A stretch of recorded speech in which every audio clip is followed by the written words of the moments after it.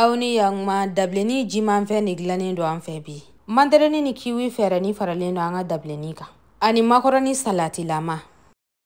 Dableni kolen jelen pasi temi veri nyefla bonyango amena ale de daji. Amba daji ni ji kalama bagi litiri kelen na ija ibe se ka wuli.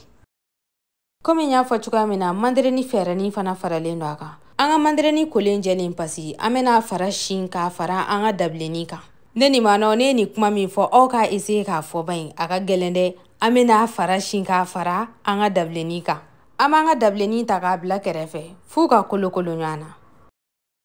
Anga da sigilen amena ji litiri kelen ka anga da konnana. Kasoro ka ale wulili kono.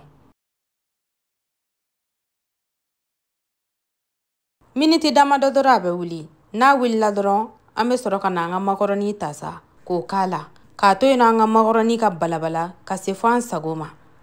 Ame koko doni kala oba ni nkoko ya na soro la manjini de kadoyi abe se ko kala neni manao. Miniti chaman kofe a balabalala amba laje sisa na magayara ka ke an sagoy. Na kera an sagoy doron amba leta kata jin sensen ka boala ka blaino. Nyani sunga tika ama anga dableni bara toke ni nyamaku shine doni keli anga dableni na oba ni mvaria. Kiwi dengelen dokumene bulu ne binale woro kale fana shinga faraka o fana mba ni ngu yele madoni ka ke gushi dombali ni ambulo. O temene kofe anga mandareni anye mi fara shinga kala tanto amino jibishala ka ni befla la ishinya kile ka nyami nywana uto ino ko kulukulu nywana miniti tambo nyango.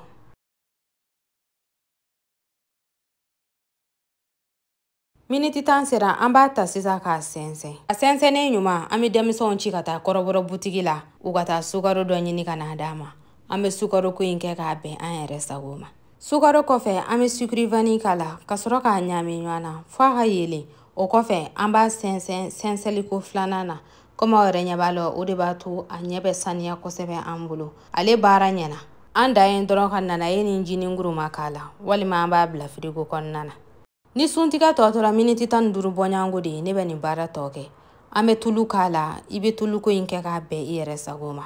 Ambe avoka kala ona kadi kosebe. Karoti tigele anfe wali maibashi. Persili nyokirile. Poivron tigele anfe ka misenya. Jaba tigele anfe ka misenya. Ani olivu, ibo ko inke ka be iyere sagoma. Ambe mayonnaise kuyer banye fla bonyango kala, ibo ko infana ke ka be iyere sagoma. O kofe, ambe nemuru kumuni bishika kala walima vinegri. Ibo ko infana ke ka be iyere sagoma. O kuyer banye kelin bonyango ne ore kala. Ambe ton kelin kala walima sardine ana bede kadi. Walima na ija ibise ka jeke ere balabala ka kala. Amba nyami nywana fuka do nywana kanye. Koma ore nyabala. Ale fana ko bara nogo yarade.